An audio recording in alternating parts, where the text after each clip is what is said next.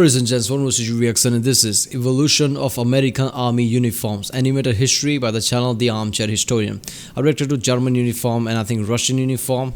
So this is American. So yeah, I saw it like, okay, let's react to it since I reacted already those two. So yeah, what American uniform? I think the first time against the British, I guess red coat, so they were dark blue at the start, Americans. Then obviously there's going to be some form of beige. There's going to be some kind of a green olive type color too, I guess during the World Wars. I think I've seen American uniforms in beige in Gulf War and Iraq War and whatever, things like that. So yeah, we'll see what other things are there. I'm pretty sure there's going to be green olive type color because that's the standard during the World War times. So I'm pretty sure it's going to be there. And dark blue, like I said, against the red coats at the start. So yeah, let's watch this one. Remember people, if you like my reaction, don't forget to like and subscribe. Check out the reaction. There's a link in the description. Check out the cast for the playlists like Internet Historian, Salmonella, Kuzgazat, CGP Grey, things like that, real life lore. And yeah, let's watch this one. Before we begin, let's highlight today's sponsor. Armored Warfare is a free-to-play action MMO featuring over 200 vehicles from a variety of nations. Take control of the latest war machines, such as the American M1 Abrams or the German Leopard 2, and pit them against exotic foes such as the T-14 Armada or PL-01. Enjoy diverse gameplay with 5 different classes of vehicles, ranging from main battle tanks to armored fighting vehicles loaded with mechanized infantry. Join the game using the link in the description below and get 7 days of premium time plus a unique tank, the Type 59 IIA, armed with a copy of the British L7 gun. Prior to the formation of a professional army, the 13 colonies were defended by militiamen, or Minutemen. These Minutemen fought in the opening battles of the American War of Independence. Minutemen had a color like that? Concord. So why is in Fallout 4 their uniform is different color? Such as the battles of Lexington and Concord. In contrast to the British regulars they fought, they wore a patchwork of civilian clothing. The first American regulars were equipped with muskets, much like the rest of the world. During the first years of their existence, the American military was not formally organized until Prussian officer Friedrich von Steuben disciplined them into a true fighting force at Valley Forge, where Americans began habitually wearing uniforms. These newly professionalized soldiers marched to victories at Saratoga, Kings Mountain, and ultimately Yorktown, although Continental militiamen were used extensively for the entirety of the war. Unlike their musketeer counterparts, Morgan's riflemen, who functioned as a light infantry force, carried a true rifle, the grooved barrels of which allowed the musket ball to spin for far greater accuracy. Uniforms of this period maintained a predominantly blue color palette, although some details of the uniform evinced a Prussian influence, particularly the cuffs and collar. Officers continued to have edged weapons at their side, a popular piece for... Damn, so Prussians taught Americans at the start how to, form army and fight, and that also reflected into this uniform. I didn't know that. But yeah, dark blue, I knew I saw dark blue in some place, so I knew it was that red maroon type of thing at the start. I never saw that uniform, so yeah, that was something. But in beige, there's always beige somewhere, so also there was also beige color. Ranked individuals of most armies around the world. The pommels of American sabers were styled after eagles' heads, further cementing the bald eagle as a symbol of American identity. American forces were able to stand their ground and hold the line during the siege of Fort Texas. Although the blue color was still prominent, there was a noticeable change in headwear. Soldiers began to wear a type of visor cap, in contrast to the taller and somewhat less fashionable shako-style hats. Union troops, also known as Actually, this hats are more practical because if you are, taking cover, there is not much light there. People can't see you, so these hats are more practical. Before that, the big hat, there was more show than practicality. This is better. Federals were outfitted in dark blue tunics and kepi hats borrowed from the French design. While this was the standard uniform for the Union, some regiments opted for entirely different uniforms. When the Confederate States seceded from the Union, the CS Army opted for a more gray and earthy tone. The Confederate soldier, for a good part of the early war period, had to make do with older, less effective muskets. Zouaves were a class of light infantry regiments that were linked primarily with the French. So South had better generals but bad equipment. Okay. Army units serving in North Africa during the time. In the US, it was a man by the name of Elmer E. Ellsworth who, before the war, ran a drill company called the Zouave Cadets, who practiced in the manner of their French namesakes. Such units were raised on both sides of the war, such as the Union's 11th New York Infantry, What the hell is a New York Draft Riots? I don't know what that is. New York Fire Zouaves.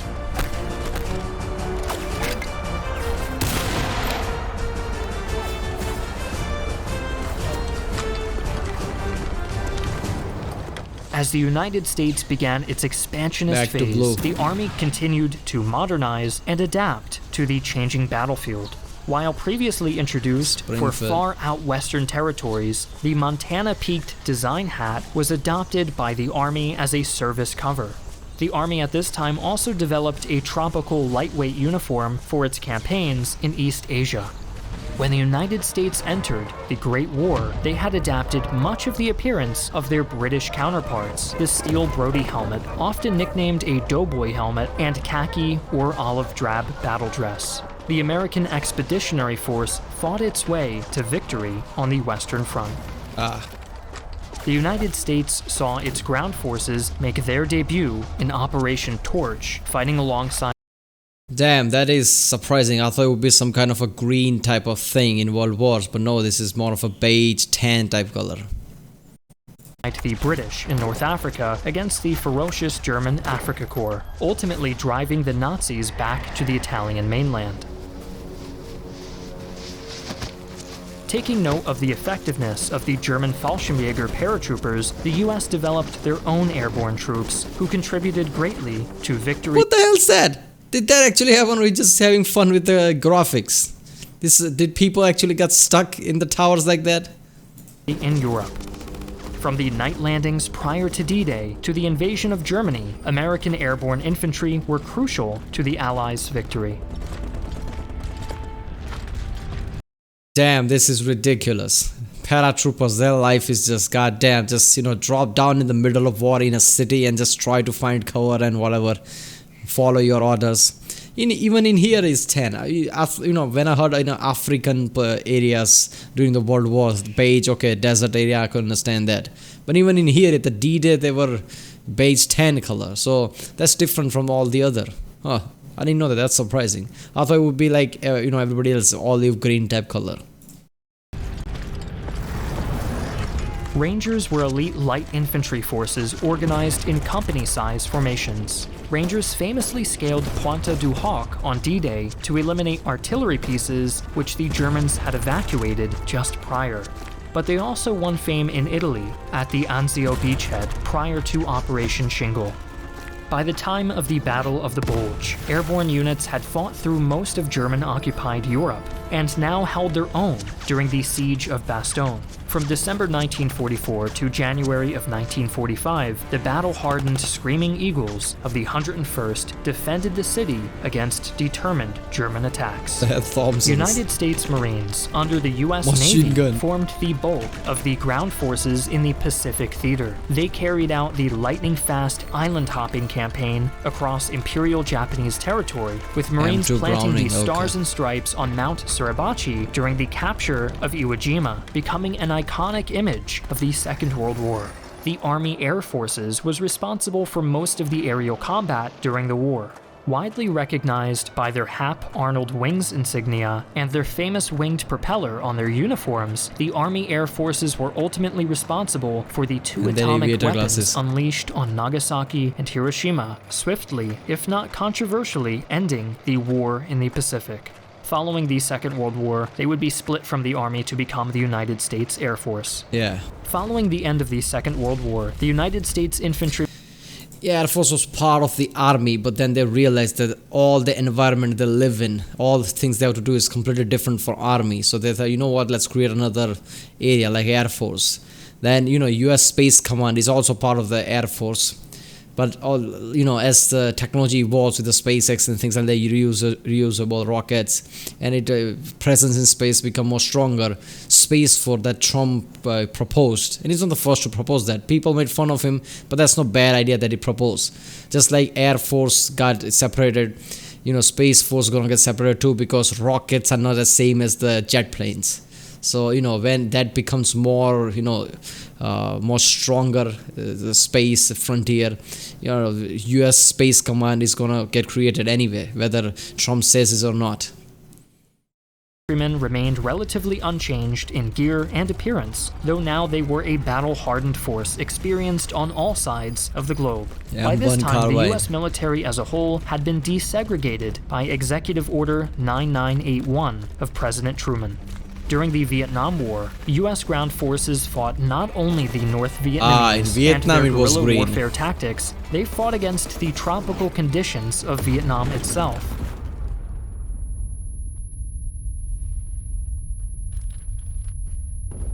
Okay, what was that? Why are you creating this effect? Uniforms would wear and tear until they disintegrated off of a soldier's body. A torn-up uniform came to be a mark of experience and veterancy. When the war ended, many found themselves struggling to readjust to civilian life once they returned home. Vietnam veterans remain the largest population of military vets to this day.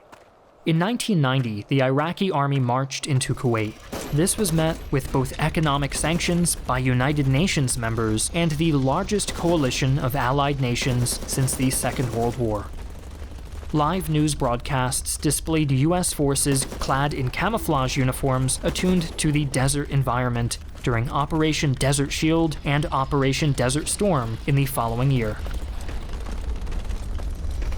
When Kosovo declared independence in 1999, Serbian forces were sent in to reconquer the breakaway republic and began a campaign of ethnic cleansing. NATO forces intervened and ended the 78-day conflict. U.S. forces were equipped with new body armor derived from earlier flak vests during the Vietnam War. The tragic attacks on September... By the late 90s and early 21st century, US were too powerful, way too powerful. So by that time, their equipment was way untouchable.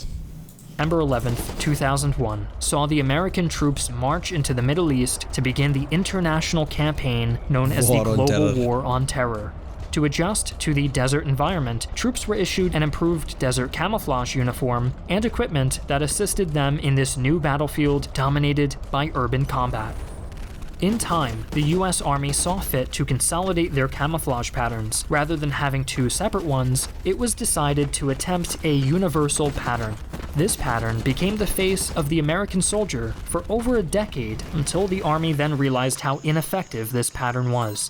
The modern soldier now wears proper battle dress as the fight against terrorism continues in the Middle East. That's the camouflage is obviously the basic uniform for every country in the world. That's the proper best uniform you can have, camouflage. So now there is no, I don't think there is any country uniforms nowadays. I'm pretty sure it depends. If you're in desert, it's on desert camo. If you're in green type areas like woods or whatever, it's green camo. It depends. Army infantrymen primarily train at Fort Benning, Georgia, dubbed the home of the infantry. As of 2019, the U.S. Army introduced a new service uniform that harked back to the days of the Second World War and Korea, a modern iteration of the pinks and greens. The uniform that the greatest generation made famous during the 1940s and 1950s.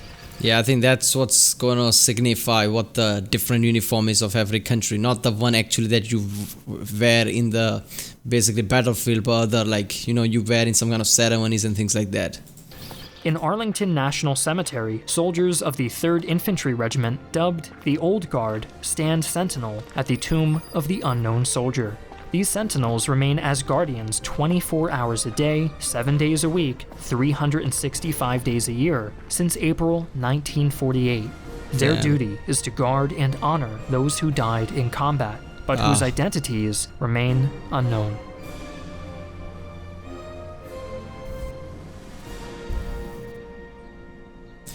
Yeah, so that was surprising. I thought in World War II Americans had green, but obviously they didn't. So yeah, that is surprising. Even though I should have known that. I'm kind of now remembering watching some videos where I've seen these uniforms, so I should have known that. But yeah, I think I was mixing that up with the Vietnam uniform. So yeah. Yeah, that was the evolution of American Army uniforms. Alright people, if you like my reaction, don't forget to like, subscribe, check out the reaction. There's a link in the description. Check out the cards for all the playlists, check out the end cards. And yeah, I'll see you next time.